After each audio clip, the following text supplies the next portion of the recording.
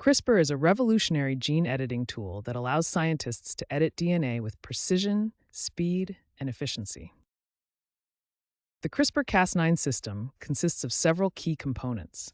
Cas9 is an enzyme that acts like molecular scissors to cut DNA.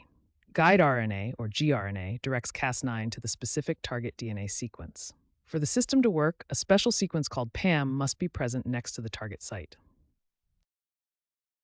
Here's how CRISPR-Cas9 works. First, the guide RNA directs Cas9 to the target DNA sequence. Once there, Cas9 binds to the DNA near what's called a PAM sequence. Then Cas9 cuts both strands of the DNA, creating a double-strand break. Finally, the cell's natural repair mechanisms fix this break.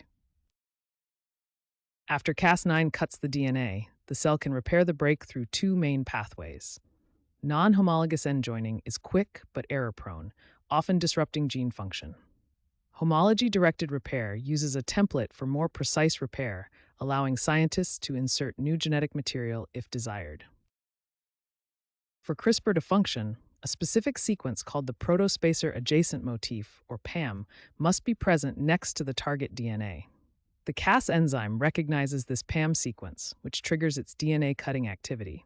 For the commonly used Cas9, the PAM sequence is typically NGG, where N can be any nucleotide.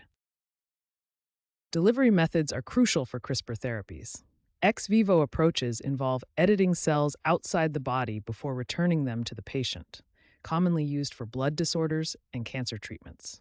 In vivo approaches deliver the CRISPR system directly into the patient, targeting specific tissues using viral vectors or nanoparticles.